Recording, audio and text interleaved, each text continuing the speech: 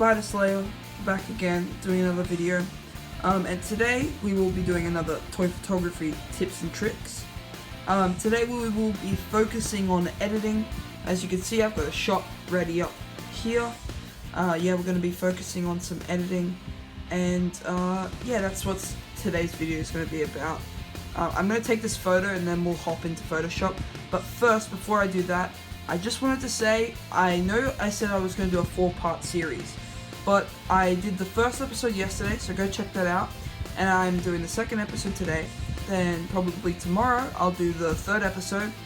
But I don't really have an idea for the fourth episode. I was thinking of maybe doing, I could do posing, how to get the right pose, or something else. So please comment down or tell me what you would like to see, and I will do the fourth video on that. So yeah, let's get into the editing. Alright, we are in Photoshop. Now I'm going to be showing you guys how I do this and why I do some of the stuff in these photos. So this is a really basic photo, that something I would do normally. You might be wondering why I took two of the same shot, but one with the blue light and one with the red light. The reason for that is I wanted the stormtrooper to have the red light shining off him, so it kind of looked like the laser was, like, it looked like the light from the laser was coming and shining off the stormtrooper. So that's why I did two different photos, and if you see here, I'm actually outlining the stormtrooper, and I'm going to eventually drag and drop that into the blue photo, so that, same thing with the blue photo, when Luke has his lightsaber out and it's blue, it looks like the lightsaber, the light is shining on him from the lightsaber. So the reason I went with red was so that I could get that laser blast and make it look really cool with the stormtrooper. But yeah, that's the reason I took two photos of the same thing. And so that's what you should do if you're gonna do some sort of lighting trick to make it look like two different lights are popping in. You should take two of the same photo but with a different light, and also polygon the character or whatever you're shooting to get that light in there. But yeah, that's the main reason. So we're gonna finish up this polygon soon. It takes me quite a while to do this, maybe 5 to 10 minutes. This video is cut down, this editing video is cut down, so it's very short. But yeah, as you can see, I'm dragging and dropping the stormtrooper into this file, and you can see the blue light. Now I specifically put the blue light down a little bit so that it looked like the lightsaber was shining off onto Luke. So it doesn't just look like it's coming from a light source, it looks like it's coming from the lightsaber. I tried to do that well in this one. I don't know if it turned out amazing, but we'll see the results at the end. So as you can see here, I'm putting the stormtrooper in, and I noticed that the stormtrooper in the background was showing a little bit, so I used the polygon tool, and then after I used that, I cropped and vanished the stormtrooper from the background so you couldn't see him. I am currently using the cropping tool so that you don't see the other stuff in my room. It just looks like you're on an Imperial base or something like that.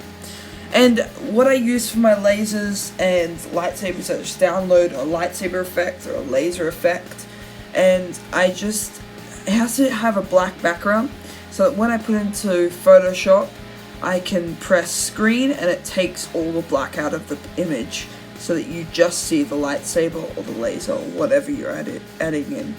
I'm also going to use that for some spark effects you'll see pretty soon. But yeah, so right here I'm using the polygon tool again, and I am going to make the outline of the toy lightsaber not be there. And the way I do this is I highlight what I want, and then I press content aware, and that just makes it all vanish, so you won't see it in the final image.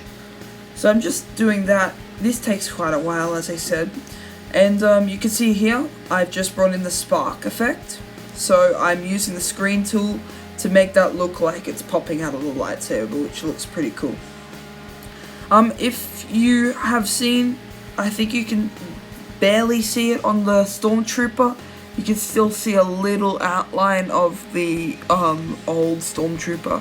I'll fix that. I'm going to fix that up soon. Again with the vanish tool, I will get that out of there so you don't see it and you just see the Stormtrooper. Now he looks a little out of place without the lasers, but I'm just about to add those in and you can see them now. So it kind of looks like the lasers are coming off him.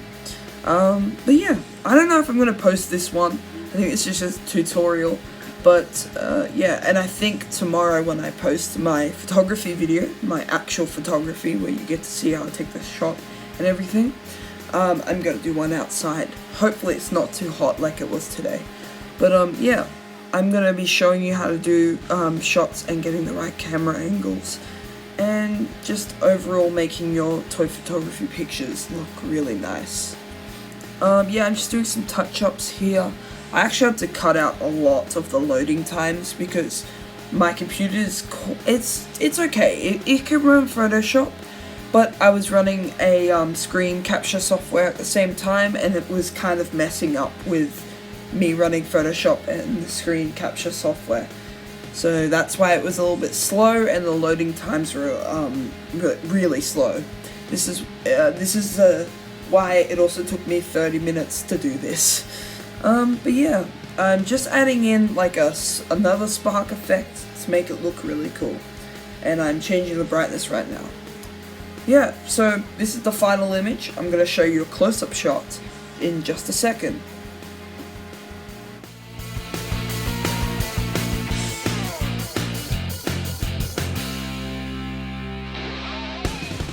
Okay, thank you guys for watching. I hope you enjoyed, and stay tuned for tomorrow's video where we will be covering the actual shots and how to take photos of your toy figures and the best ways to do them outside, inside, whatever.